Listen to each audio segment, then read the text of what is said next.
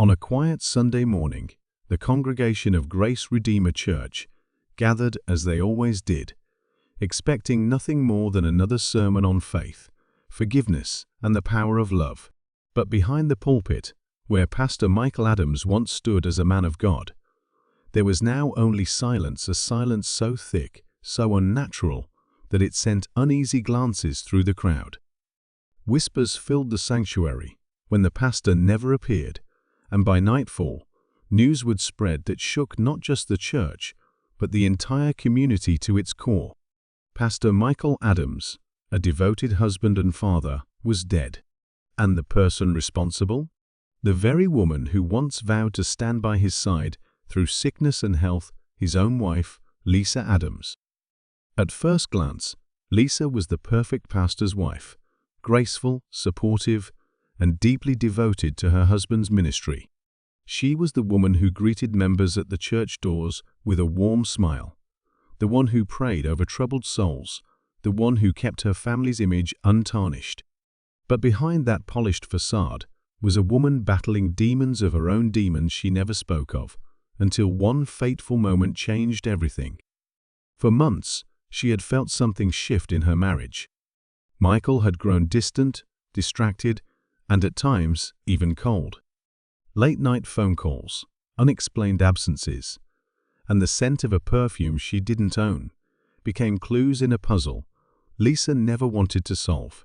And when the truth finally revealed itself, it wasn't just betrayal. She discovered it was something far more devastating. The affair wasn't just a reckless mistake or a fleeting temptation. It was a secret woven into the very fabric of their church, hidden in plain sight among the very people who looked up to them.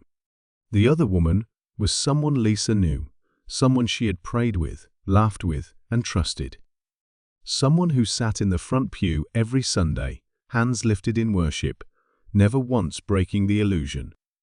The realization crushed Lisa, twisting her love into something unrecognizable, something dark, something dangerous. What happens when a woman who has spent her entire life preaching about grace and redemption is forced to confront the ultimate betrayal? How far will she go when she realizes the man she loved had been living a lie? What unfolded next wasn't just a crime, it was a tragedy, a storm of emotion and consequence that no one saw coming. The woman who had spent years standing beside her husband now found herself standing over him in the most unthinkable way. But was this truly a crime of passion, or had something been building inside Lisa for far longer than anyone realized? What pushed her to the edge? And when the dust settled, did she feel regret or relief? This is the story of love, betrayal, and the moment when devotion turns deadly. Stay with me, because by the time you hear it all, you'll be left wondering, was this an act of madness, or was it justice served? Lisa Adams never imagined her life would come to this. Just months ago, she was living what appeared to be the perfect life, a devoted wife to a respected pastor, a loving mother to their teenage son, and a pillar of their close-knit church community. But behind closed doors, the cracks had already begun to form, small at first, but growing deeper with each passing day. Michael had changed, and she felt it before she even had proof. It started with the little things, the way he'd avoid her touch, how his once passionate sermons had lost their fire, how he'd come home later and later with excuses that never quite added up. At first, she told herself she was overthinking. He was under stress. Running a church wasn't easy. He had souls to save, people depending on him. But then there were the phone calls, the hushed conversations in the dead of night, the scent of unfamiliar perfume lingering on his clothes, the way his eyes would dart away when she asked too many questions. It was all there, but she had refused to see it until the truth was staring her in the face. The woman at the center of it all was no stranger. Rebecca Coleman was one of the church's most devoted members, a woman who had joined Grace Redeemer years ago and quickly become a trusted friend, not just to Lisa, but to many in the congregation. She was younger than Lisa by nearly a decade, beautiful in a way that turned heads without trying, always ready with a kind word and a helping hand. Lisa had welcomed her, confided in her, even prayed for her when Rebecca went through a difficult divorce last year. Looking back, Lisa wondered how long the betrayal had been happening right under her nose. Had it started when Rebecca came to them seeking guidance for her crumbling marriage? Or had it been even earlier, lurking beneath the surface, while Lisa played the role of the ever-trusting wife? The thought made her stomach turn. But something about the situation didn't sit right. The more Lisa thought about it, the more questions filled her mind. If Michael was so in love with Rebecca, why hadn't he left? Why had he kept up the charade of their marriage for so long? And why did Rebecca, who had never been shy about going after what she wanted, still act like nothing was happening? Lisa had seen her just days before laughing, greeting church members, looking her in the eye without so much as a flicker of guilt. If Rebecca was truly the other woman, why wasn't she afraid? Why didn't she seem worried about being found out? And then there was Michael himself. Lately, it wasn't just guilt she saw in his eyes, it was something else. Fear. He was distracted, irritable, snapping at her over the smallest things. He'd grown paranoid, checking his phone constantly, looking over his shoulder as if someone was watching him. Lisa had assumed it was the weight of his deception, but what if it was something more? What if he had secrets that went far beyond his affair? The night before his death, Michael had acted stranger than ever. He barely touched his dinner, barely spoke. He had spent hours locked in his office, only emerging once to check the front door not once, but twice, as if expecting someone to show up uninvited. And then there was what he said to her, before going to bed, a single cryptic statement that she hadn't understood at the time, but now haunted her like a ghost. If anything happens, just know that I tried to fix it. What had he meant by that? Had he known something was coming? Or worse, had he planned it himself? As investigators began digging into Michael's past, more unsettling details surfaced. Church finances that didn't quite add up. A growing list of people who felt betrayed by the man they once trusted. And whispers of something even darker, lurking beneath the surface of his carefully curated image. Lisa wasn't the only one with a reason to be angry with him. There were others. People with grudges. People with motives. And as the truth slowly unraveled, one thing became clear. Michael Adams had been living on borrowed time. Lisa's mind raced with possibilities, each one more chilling than the last. Had she been blind to the man she married? Was she really the only one capable of doing the unthinkable? Or was she simply the easiest to blame? Lisa couldn't shake the feeling that something was terribly wrong. The weight of Michael's betrayal still pressed heavily on her, but it was no longer the only thing haunting her.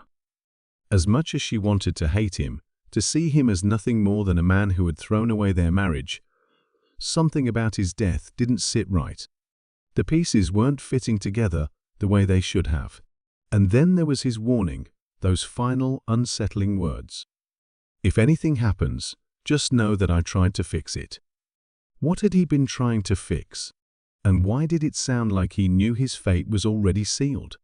Determined to find answers, Lisa started searching through Michael's things, hoping to find anything that would make sense of the mess he left behind. His office was still exactly as he had left it. Papers stacked neatly on his desk, books aligned perfectly on their shelves.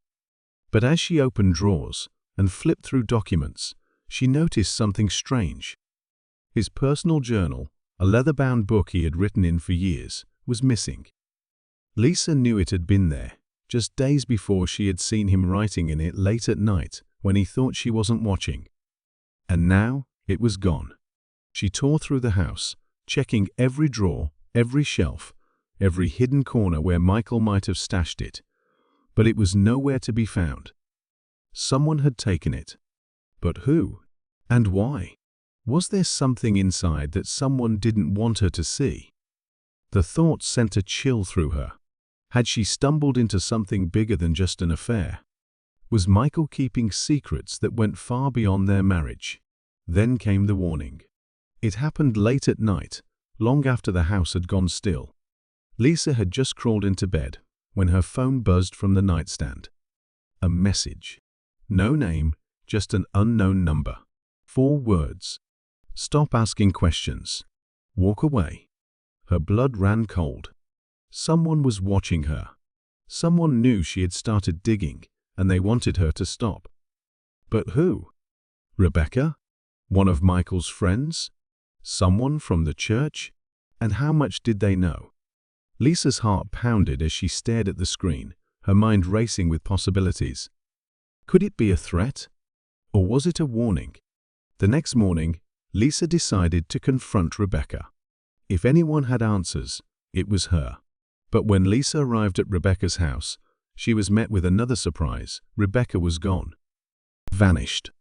Her car was still parked in the driveway, her mailbox overflowing with unopened letters, but there was no sign of her anywhere. Neighbors said they hadn't seen her in days. It was as if she had simply disappeared. And then, Lisa learned something even more disturbing. Rebecca wasn't just Michael's mistress. She was something else. Something bigger. A name kept surfacing in conversations, in whispers behind closed doors. The foundation. Lisa didn't know what it meant, but whatever it was, Michael had been involved. And so had Rebecca. The deeper Lisa went, the more unsettling the truth became. What had Michael gotten himself into? Was his death really just the result of a jealous wife pushed too far? Or was there something far more sinister lurking beneath the surface? And if she kept searching for answers, would she be next? She had started this journey searching for justice. Now, she wasn't sure if she was uncovering the truth or walking straight into a trap. Just as Lisa was beginning to process the gravity of what she had uncovered, the situation took another chilling turn. She wasn't the only one receiving warnings. That morning, as she sat in her car outside Rebecca's empty house, her phone rang. It wasn't a number she recognized, but something told her to answer. On the other end of the line was a voice she hadn't expected. Derek Hayes, Michael's oldest and closest friend, a man who had been by his side since seminary school and had always been like an uncle to their son. His voice was low, urgent, carrying the kind of fear that sent a shiver down Lisa's spine. "They got to me too," he said, barely above a whisper. "I don't know who they are, but they want us quiet." Lisa's breath caught in her throat. "Who?" she asked, but Derek hesitated, his silence stretching long enough to make her stomach knot. Then he told her something that changed everything. He had received a message just like hers: stop asking questions. Walk away. But his came with something else. An attachment. A photo of a stack of documents Lisa had never seen before, all stamped with the name she had heard in hushed conversations: the Foundation. It was blurry, taken in a hurry, but there was no mistaking what was in the image. Bank records. Wire transfers. Large sums of money moving through accounts linked to Michael's church. Accounts that shouldn't have existed. Lisa's hands trembled as she gripped the phone tighter. "What the hell is this, Derek?" she asked, but his voice cracked when he answered. "I don't know," he admitted, "but Michael did." He paused, then added something that made Lisa's blood run cold. And so did Rebecca. Her mind reeled. None of this made sense. If Rebecca was just Michael's mistress, why was her name on those records? Why was she tied to secret accounts and hidden transactions? And if she had disappeared, was it because she was running or because someone had made sure she couldn't talk? Lisa felt the walls closing in, the mystery twisting in on itself in ways she hadn't prepared for. Before she could respond, Derek let out a sharp breath, his voice shaking. "Lisa, listen to me. I think Michael knew he was in danger. He told me last week that if anything ever happened to him, I should check his office. But I got there too late. His desk was already cleared out." Lisa's heart pounded. His journal. Someone had taken it before either of them could. Derek continued, his voice barely above a whisper. "And, Lisa, I don't think this was just about the affair. I think someone wanted Michael dead." The weight of his words settled over her like a storm cloud, thick and suffocating. If Michael had been murdered, then someone had set Lisa up to take the fall. Someone had used his affair as the perfect cover, knowing how it would look. And if that was true, then Lisa wasn't just searching for the truth, she was in the middle of a game she didn't even know she was playing. A game where the people pulling the strings had already proven they were willing to kill. As she sat there, staring at Rebecca's empty house, a terrible thought crossed her mind. What if the reason Rebecca had disappeared wasn't because she was guilty, but because she was supposed to be next? What if Lisa wasn't the only one running out of time? Lisa had always believed that fear was something she could control. She had spent years comforting others, preaching about faith, reassuring broken souls that darkness never lasted forever. But now, sitting alone in her car, with her phone still clenched in her hand, she realized just how quickly fear could take over, how it could crawl beneath the skin and settle deep in the bones, leaving behind a terrible, suffocating weight. This wasn't just uncertainty or doubt. This was the kind of fear that made her chest tighten, that made her glance in the rearview mirror twice, that made her hands shake when she reached for the ignition. Because Derek's words had changed everything. This wasn't just about a cheating husband or a scorned wife seeking revenge. This was something much bigger, much darker. And now she was a part of it. She had barely driven 2 blocks when she noticed its headlights in her mirror, steady and unchanging. At first, she told herself it was nothing, just another driver taking the same route. But then she made a turn onto a quiet side street, and the car followed. Her grip tightened on the wheel. Another turn, this time onto a completely different road still there. Her pulse quickened. She wasn't imagining this. Someone was following her. Lisa's breath came faster, her heart pounding as she forced herself to think. Whoever they weren't trying to be discreet anymore. They wanted her to know. And that terrified her more than anything. She couldn't go home. That would put her son in danger. She couldn't go to the police, not when everything still pointed to her as the grieving widow who had finally snapped. Instead, she made a split-second decision, slamming her foot down on the gas and speeding through the next intersection, ignoring the blaring horns and flashing headlights of the cars she cut off. If they were following her, they'd have to keep up. For a moment, it worked. She weaved through traffic, her hands slick with sweat, her pulse a frantic rhythm in her ears. But then she hit a red light, forced to slow down just enough to see the car pull up 2 lanes over. The windows were tinted too dark to make out a face, but the message was clear, they weren't going anywhere. And then, just as the light turned green, her phone buzzed in the seat beside her. Another message. She barely glanced at it before nausea twisted in her stomach. "Go home, Lisa. This is your only warning." Her vision blurred for a moment, panic rising in her throat. They knew her name. They weren't just watching. They were inside her life, closer than she had even realized. She didn't go home. Instead, she drove until she was sure she had lost them, pulling into an empty parking lot behind an old gas station, her body trembling as she turned off the engine.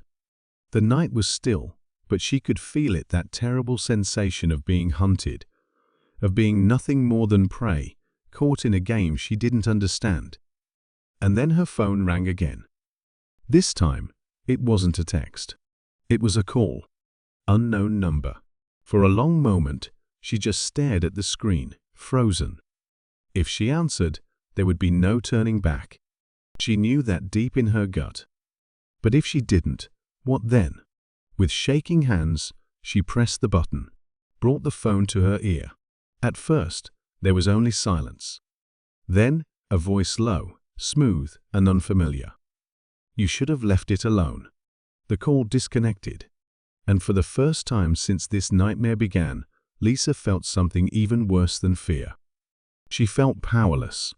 Lisa sat motionless in the driver's seat, her pulse hammering in her ears as the weight of the caller's words settled over her.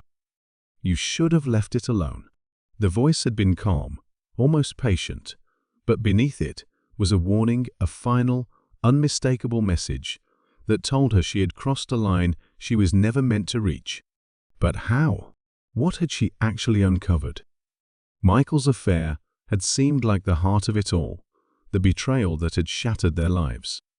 But now it was clear that had only been a distraction, a smokescreen to keep her from seeing the real truth.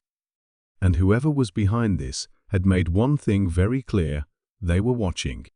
She gripped the steering wheel, forcing herself to breathe, to think. The missing journal, the hidden accounts, the messages, Rebecca's sudden disappearance.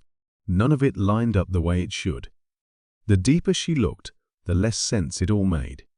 And then, like a thread unraveling in her mind, she saw it, something she had ignored, something so obvious she should have questioned it from the beginning. Michael's body. The night he died, everything had pointed to Lisa. The police had been so quick to name her as their prime suspect. A crime of passion, they called it. A broken wife who had snapped. But what if that was exactly what they wanted everyone to believe? What if Michael had been dead long before she even found him? Her hands trembled as she reached for her phone, scrolling through her call history until she found the number Derek. He had always been there, right from the start, the one person who seemed just as desperate for answers as she was. But he had also been the first person to call her after Michael's body was discovered. The first to comfort her. The first to feed her information. The line rang twice before he answered, his voice tight, almost breathless. "Lisa, you okay?" She hesitated, her mind racing. Was she? Was she okay? No, not even close. "I need to know something," she said, forcing her voice to stay steady.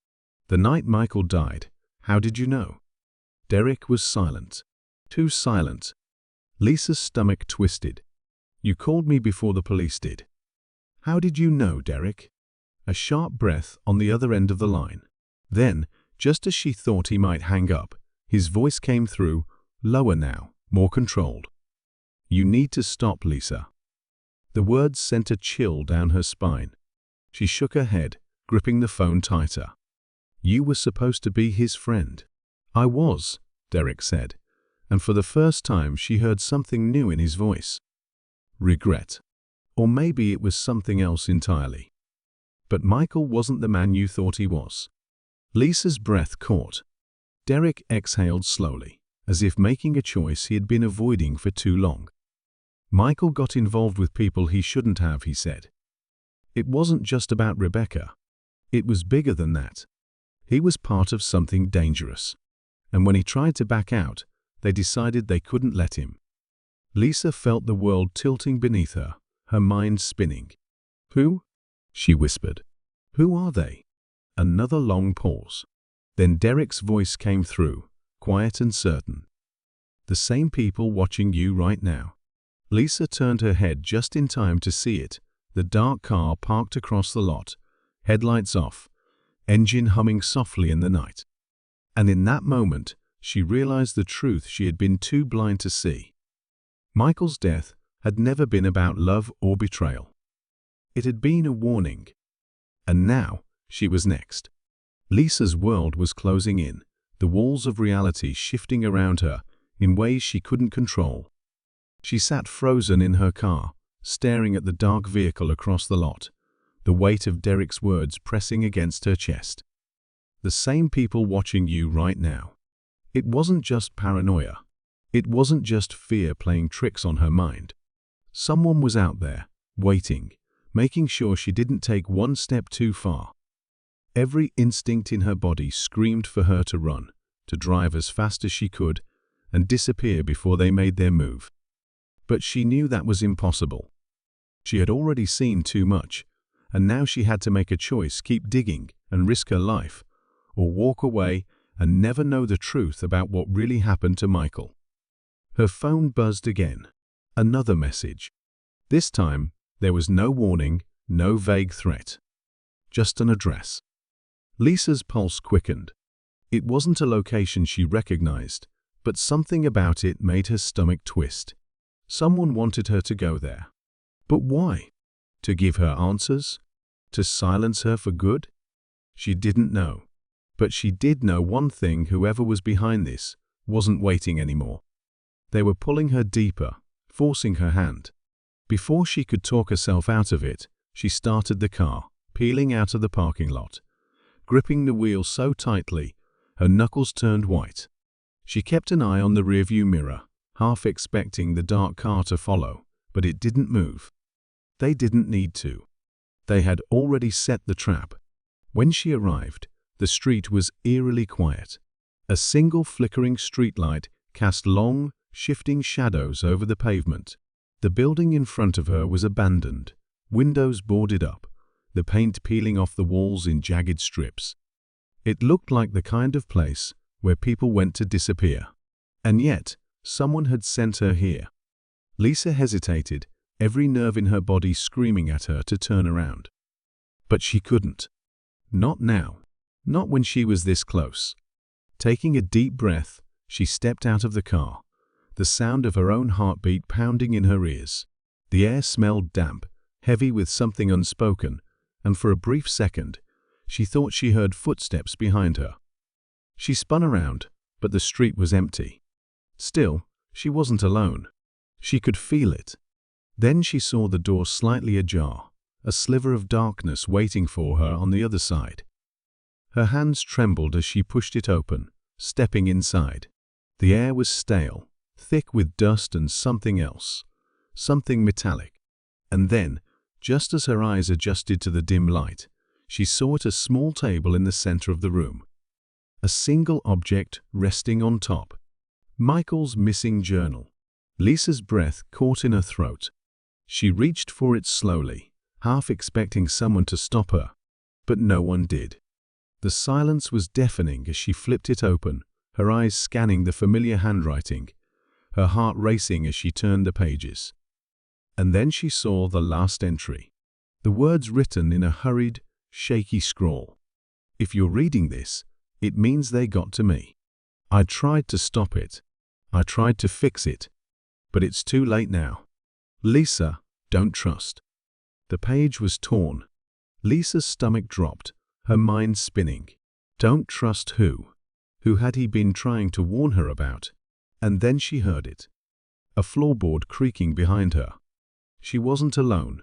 Before she could turn, before she could react, a hand clamped over her mouth, yanking her backward into the darkness.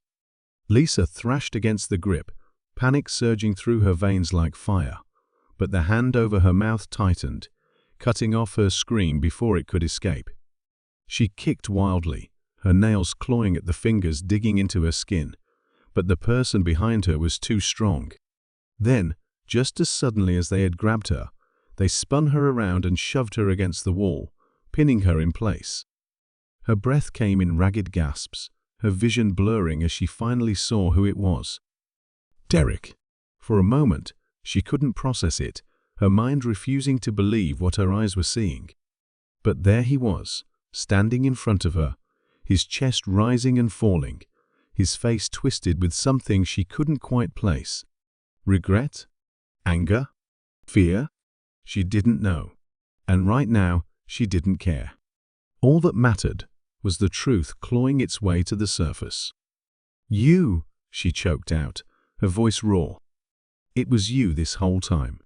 Derek's jaw tensed, his hands still gripping her shoulders, as if he wasn't sure whether to let her go or keep her locked in place.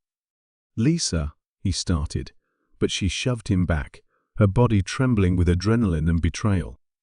You lied to me, she said, each word sharp as a blade. You knew what happened to Michael, didn't you? Derek exhaled, his hands dropping to his sides. He looked tired, beaten down, like a man who had been running from his own reflection for too long. I didn't have a choice. Lisa shook her head, her stomach twisting. There's always a choice. Derek hesitated, then motioned to the journal still clutched in her hands. Did you read it? Lisa's grip tightened around the worn leather cover. Not all of it. The last page she stopped, realization hitting her like a freight train. The torn page. The missing name. Derek sighed, rubbing a hand down his face. Michael knew they were coming for him. He tried to warn you. His voice dropped, something dark and heavy, settling in his tone. But he didn't get the chance. Lisa's breath caught in her throat. Because you stopped him. Derek's eyes flashed with something unreadable.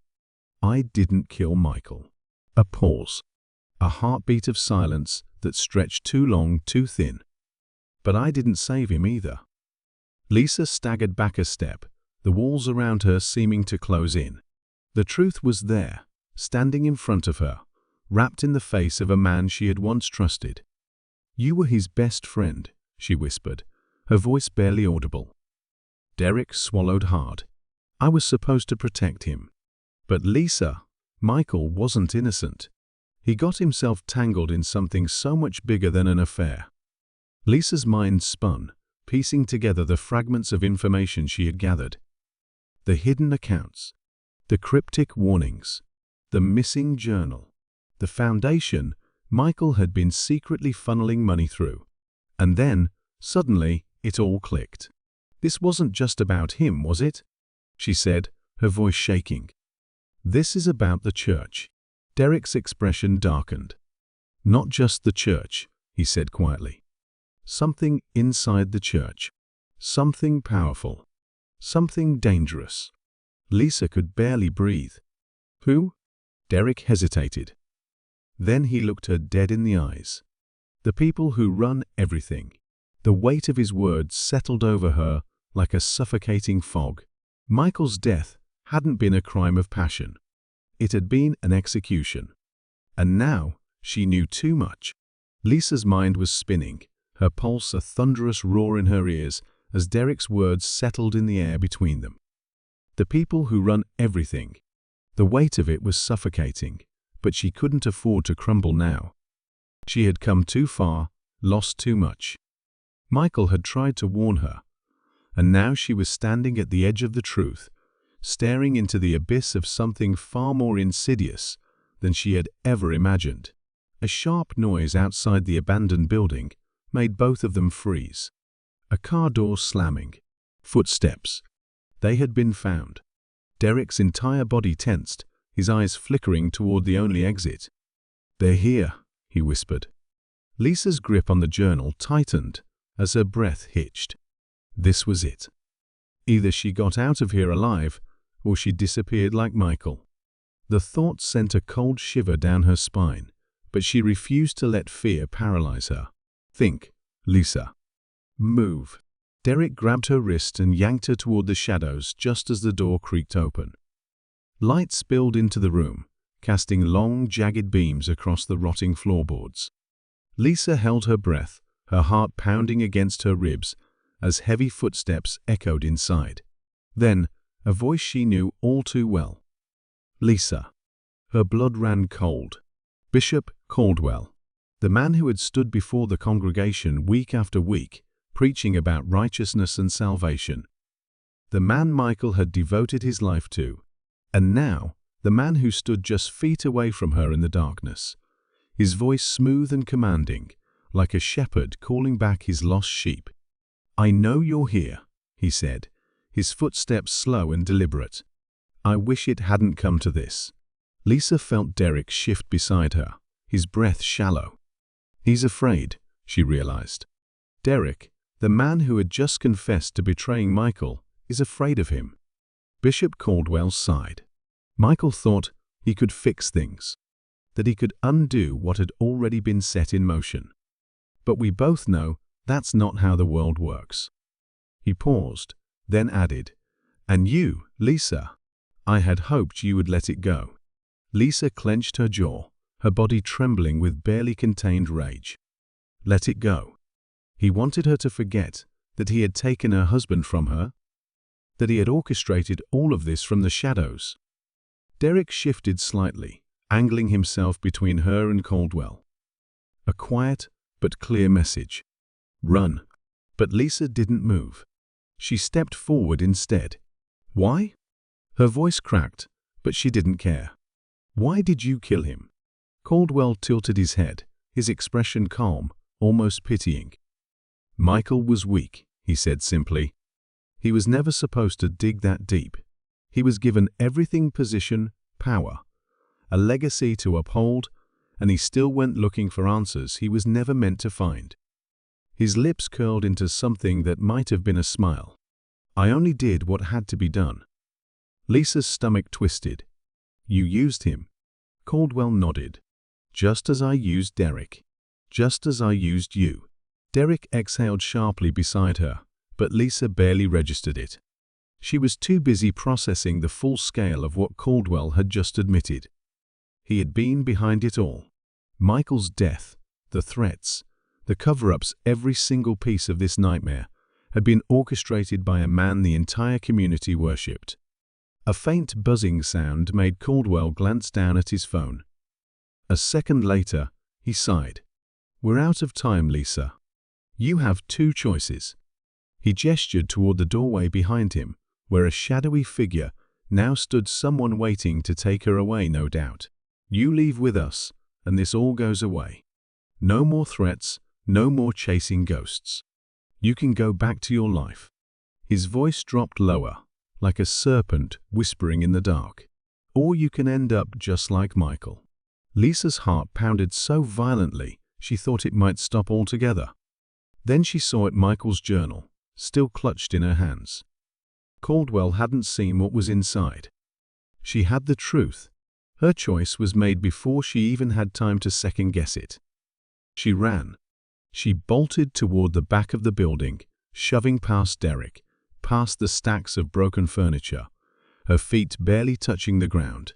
A shout rang out behind her, followed by footsteps, Caldwell's men moving fast.